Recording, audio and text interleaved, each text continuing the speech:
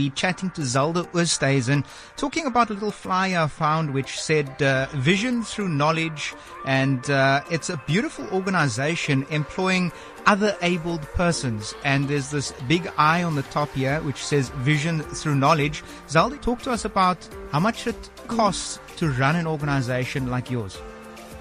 Well, I started from my room, just with a Wi-Fi connection, internet connection, and my laptop, and I just drafted introduction letters and started to send that out to companies.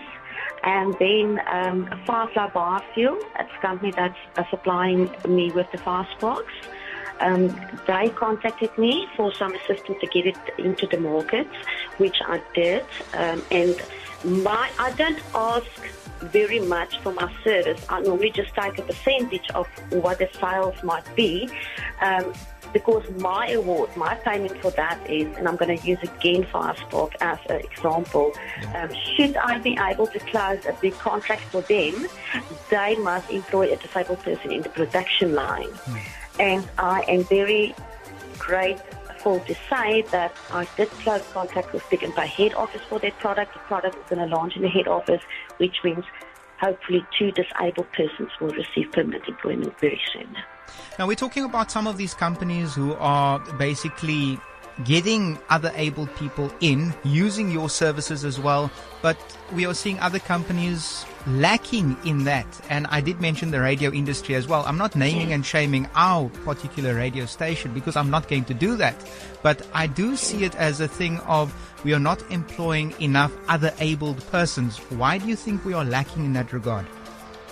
It's expensive to employ a disabled person because in all the politics that goes with it in the workplace itself, to employ someone in a wheelchair, it's easy. You just need to put a ramp in, and then obviously just make sure the bathroom facilities can fit a wheelchair, and the workspace level is accordingly. But when you, for example, employ a blind person, you're looking at plus minus 20,000 rand that you must lay out just to get the person software, a screen reader that is compatible for him to work on. So it's expensive for the companies. The companies, there's a lot of them that give support, yes, but they give like donations. I aim for disabled persons to come out of their houses and say, we can work. We are not waiting for our social grant anymore. You can't live on that. So I'm trying to get them out. And it's not easy because, remember, they've been separated from workspace, in workplace and the community for years. And now all of a sudden I have a position open, and it's very difficult to choose the correct person so that the client I have to find a position for is not disappointed in the disabled persons. Again, I'm going to use blindness as an example. I can walk as a blind woman in the street and misbehave, and tomorrow they're going to say the blind people can't behave themselves. So yeah, it is difficult. So I'm trying to get a project now off the ground that will allow me to send out someone that can prepare the disabled person for the workplace. But it's not just that. It seems like the country as a whole is failing other able persons, because earlier you were talking about public transport, and we know the public transport in South Africa is in a hole of its own. If we look at the trains, I traveled on I used the train for traveling purposes when I was studying journalism.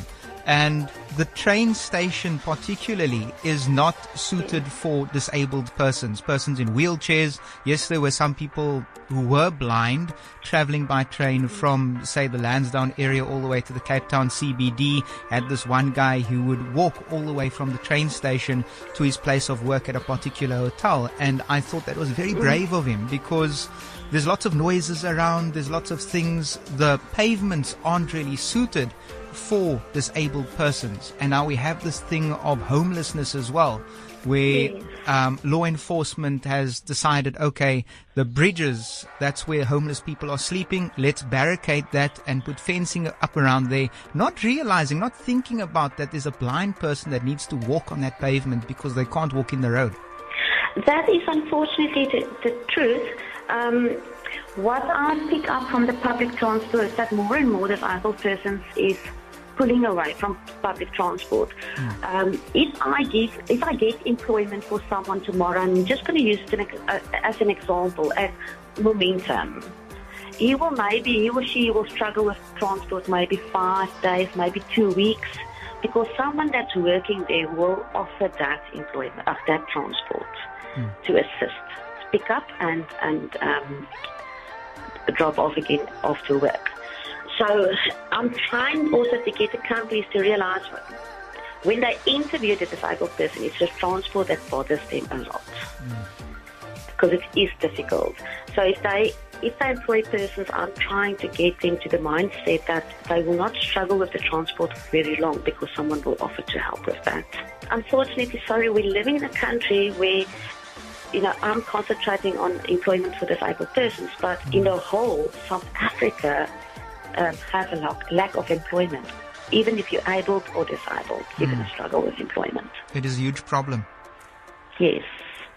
Zelda, we're not just talking about finances, we're talking about support in other ways as well. You're talking about the driving and the getting around. Maybe someone is not able financially to contribute to your organization, but they're able to maybe offer of their time, offer of their services to you and your organization to take people around.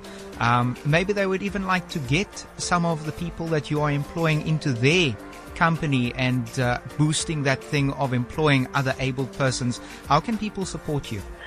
Well, any support is more than welcome.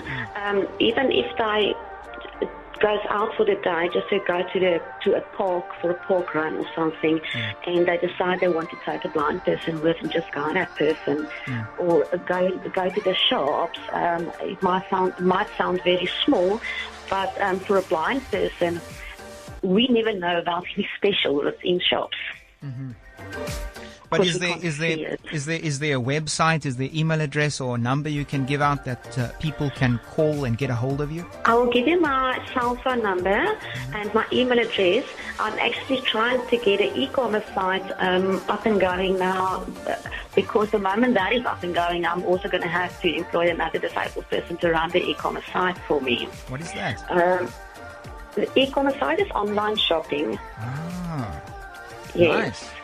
I get so many support from companies whose products I sell that they actually are so kind to give me the stock and consignment, and I pay them once it's sold.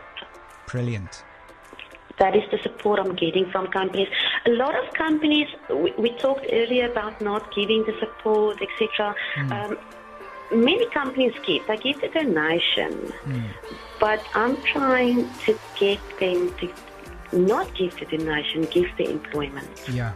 Because you have to add that dignity into their lives as well. Because exactly. If you are just going to be giving to them, then it's just a thing of, okay, I can sit at home and I'm just going to eat the stuff that you are giving me. It is exactly just like you say. So Zelda, what is that number? What is the email address?